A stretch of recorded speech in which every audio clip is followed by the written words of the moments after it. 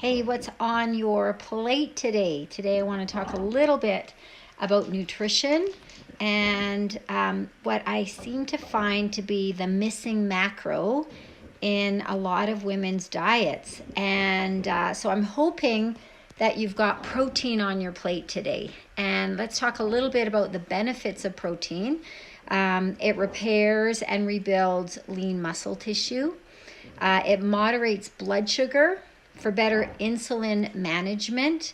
It helps maintain energy levels so you don't have, crashes and the hangries. And it really does help build your metabolism. So protein, like I said, seems to be the missing macro in a lot of women's diet. And so if I were to give you one tip on how to lose your menopause belly, I would suggest adding more protein to your diet. Now, most women tend to have a little bit higher carbohydrate and fat consumption in their diet. And I find that when we change hey Liz, when we change the composition of your diet, we can change the composition of your body without going into a calorie deficit a lot of times. And you can't really starve off fat.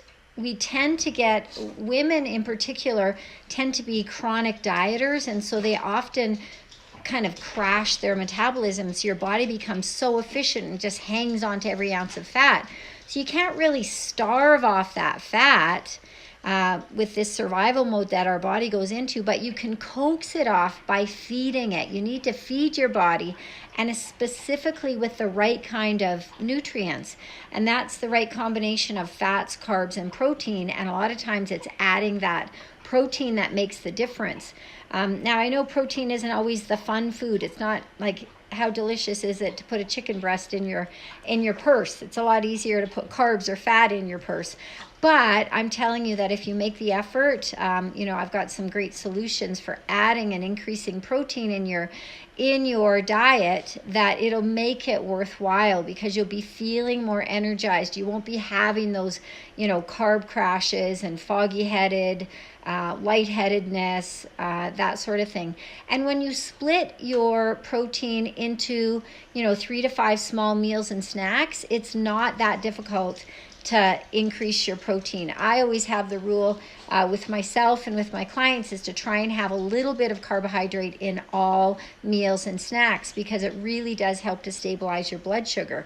And you want to be drinking a ton of water, but no, it's not because increasing your protein is going to be hard on your kidneys. Some people are under the mistaken impression that if you have lots of protein, that is tough on your kidneys.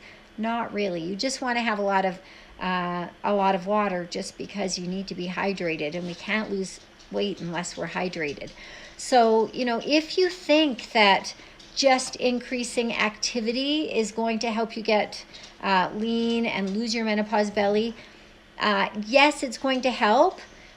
But we really need to look at the nutrition piece, and increasing protein is one of the easiest ways to help you get lean and lose that menopause belly.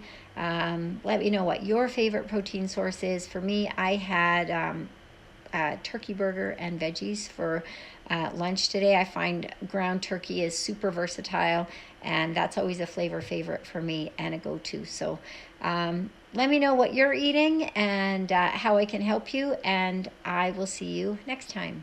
Oh, yep, Liz says it makes so much sense. It's a challenge to get protein on the go. It is, but I've got some great solutions for you, Liz. I know that we're working with you, but let me help you if you need some great protein ideas. But like I said, protein is that secret sauce to helping you lose that menopause belly, maintain energy levels. And now I do want to say that while protein is a flavor favorite, or, really great solution for, getting lean, I'm not a huge advocate for strictly protein. I like a healthy balance of carbs, fats, and proteins, and everybody is a little bit different. It's important that you get something personalized for you. I've mentioned before that I'm not a fan of keto. I didn't realize that keto was a religion and not a diet. I say that tongue in cheek, but honestly, I thought someone was going to come to my house and kill me when I said I didn't like keto. There's always a place for keto, depending on your personal situation. So I'm not saying that keto is horrible. I'm saying that it might not be the best choice for mainstream. The people that are kind of, I don't even want to say normal. Nobody's normal. But I would say that keto is something that is better for a smaller population, not for mainstream. How's that? In any case, today I've been talking about protein, and I'm hoping that you've got protein on your plate, because I know that eating protein for me and my clients is what's helping us get lean and stay lean. All right, that's it for me. Have an awesome day. Thanks for tuning in.